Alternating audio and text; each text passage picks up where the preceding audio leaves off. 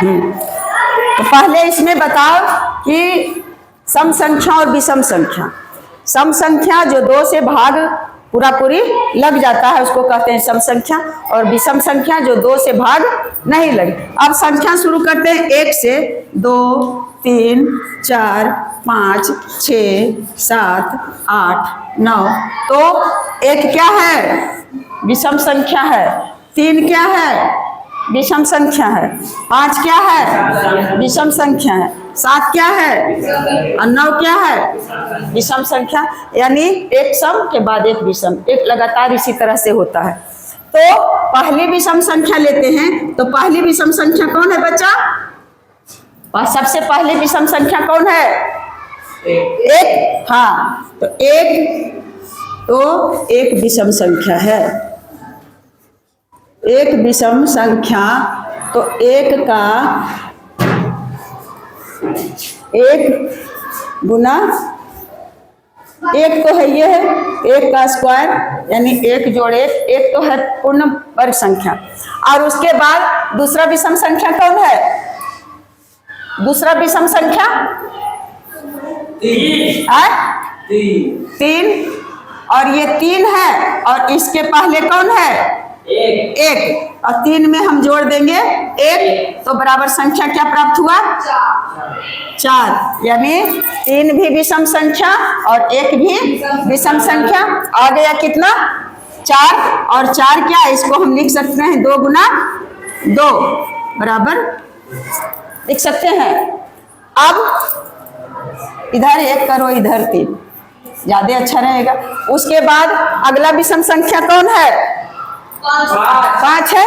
और इसके पहले कौन कौन है? 1 और 3, और उसके बाद 5। तो जोड़ करके 3 और 1 4, और 4 और 5 9। और इसको कैसे लिख सकते हैं? 3 गुना 3 बराबर 3 का स्क्वायर, यानी वर्गमूल पूरा पूरी लग रहा है ना। यानी विषम संख्या। अब तो विषम संख्या समझाने की बात नहीं है। अब आगे 1 जोड़ 3 और जोड़ 5, इसके बाद कौन आएगा? 7। और योगफल कितना होगा? 3 1 4 5 4 9, और 9 7 16, जो क्या है? 4 गुने 4 के बराबर है, और 4 का स्क्वायर, यानी इसका यह पूर्ण वर्ग संख्या है। अब आगे बताओ, सब है ना? हो लगातार कौन संख्या? विषम संख्या। 1 3 5 7 9। हाँ, पकड़ लिया।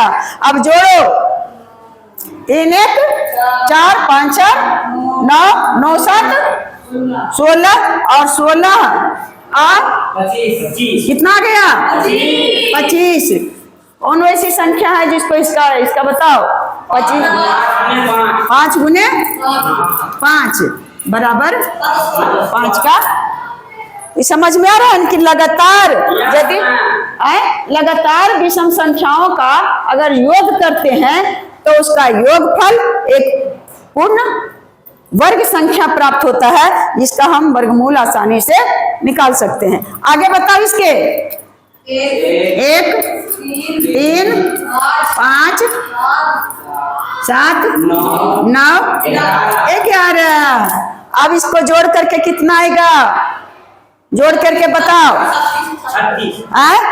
3 1 4 5 4 9 9 7 16 16 9 25, और 25 और 11 36। कितना होगा?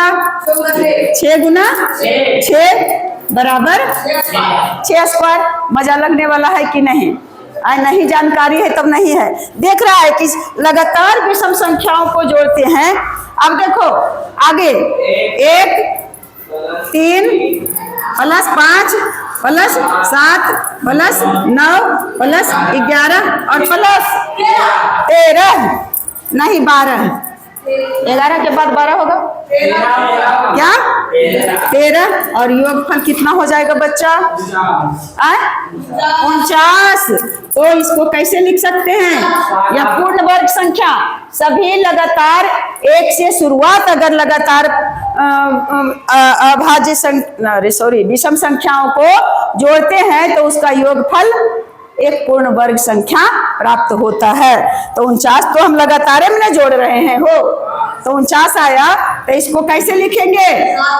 7 गुना 7 बराबर 7 का यही चीज ने है, 2 बार 7 है, 7 का स्क्वायर लिख दिए। अगला एक और बताओ, उसके बाद फिर मैं समझ जाऊंगी कि आप खुद समझ गए। चाहे कितना भी दे, 1 प्लस 3 प्लस 5 7 9 11 13 और 15 कितना आएगा?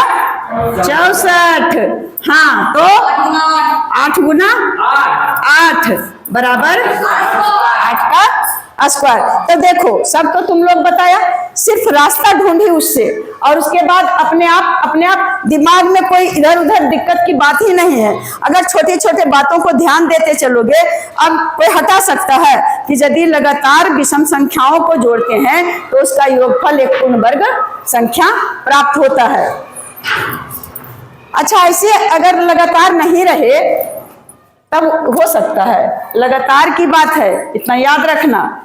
तो अगर समझ गया हो बच्चा तो इसके लिए बहुत बहुत धन्यवाद। जय हिंद, जय भारत।